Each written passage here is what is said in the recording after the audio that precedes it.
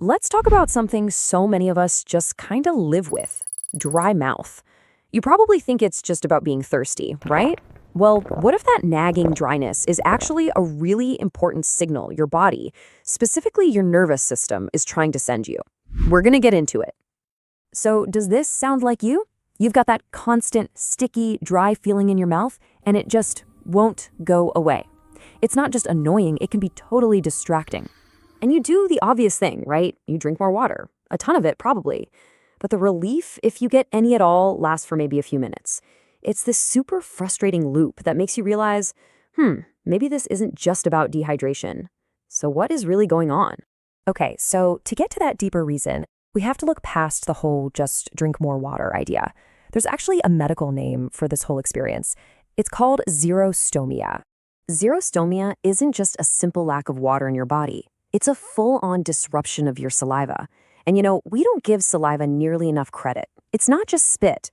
It's our body's first line of defense. It kicks off digestion, it fights off germs, it protects our teeth. When that whole system goes offline, your body really feels it. So if it's not just about water, then what's controlling the faucet? Well, this is where we get to the real star of the show: your nervous system. You can think of it as the ultimate on-off switch for your saliva. And we're talking about a very specific part of it called the autonomic nervous system, or the ANS for short. The best way to imagine the ANS is like a mode selector for your body. It's the automatic pilot running everything in the background: your heartbeat, your breathing, your digestion. And yeah, it's constantly deciding which mode is right for any given situation. And this right here, this is where it all clicks into place. Your ANS has two main modes.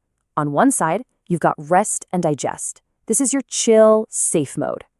When your body feels secure, it turns the saliva taps on full blast, giving you that nice, watery flow. But then there's the other side: fight or flight. The second your brain senses any kind of threat, it shifts gears.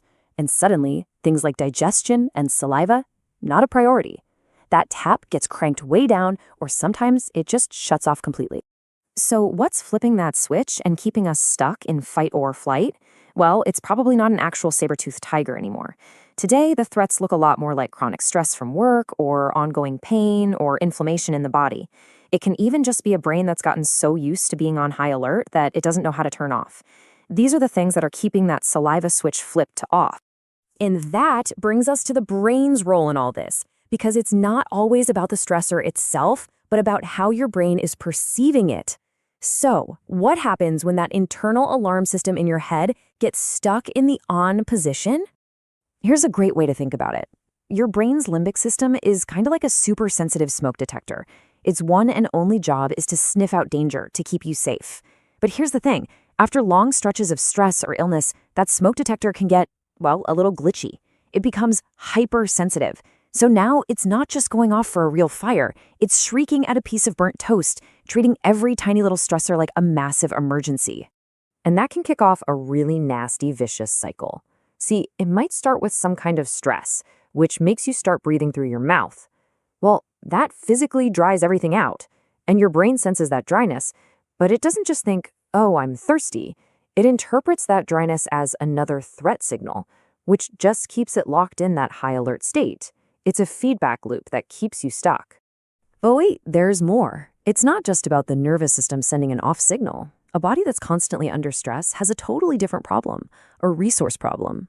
It's like a supply chain issue. It's not just about getting the order to make saliva, it's about having the raw materials to even fill that order in the first place. And this really hits on the most frustrating part of the whole thing, doesn't it?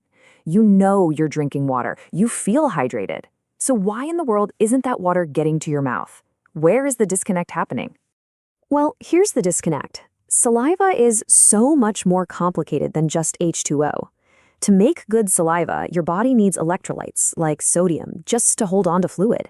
It needs good circulation to get that fluid to the glands, and those glands need a ton of cellular energy to actually do their job. When your body is stuck in a stress state, it's often running low on all of these things. And the hits keep coming. There are other things that can make it even worse. Things like chronic inflammation can literally change the chemical makeup of your saliva. Even physical tension in your neck can pinch the very nerve, the vagus nerve, that's supposed to send that rest and digest signal. It all adds up to salivary glands that are undersupplied, underfunded, and totally overworked. Okay, let's pull all of these pieces together because this is where we get to shift how we think about this. It's time to stop looking at dry mouth as a random flaw and start seeing it for what it actually is, a really, really important message from your body. The one single idea that ties everything we've talked about together is this. Your body will always, always choose survival over restoration. Always. When your nervous system thinks there's a threat, and it doesn't care if that threat is physical, emotional, or even just a memory, it will immediately pull resources away from long-term projects, like making good saliva, to deal with the danger it thinks is right in front of you. This quote really just says it all perfectly. Dry mouth isn't the body failing to hydrate, it's the nervous system choosing protection. See? It's a strategic decision, it's not a failure. So we want to leave you with this final thought. Instead of asking yourself, how do I fix this annoying dry mouth? Try asking a different question. Try asking, what is my body trying to tell me? Because that dryness, it's a direct signal that your nervous system just doesn't feel safe enough to rest and digest. And listening to that signal, that's the real first step.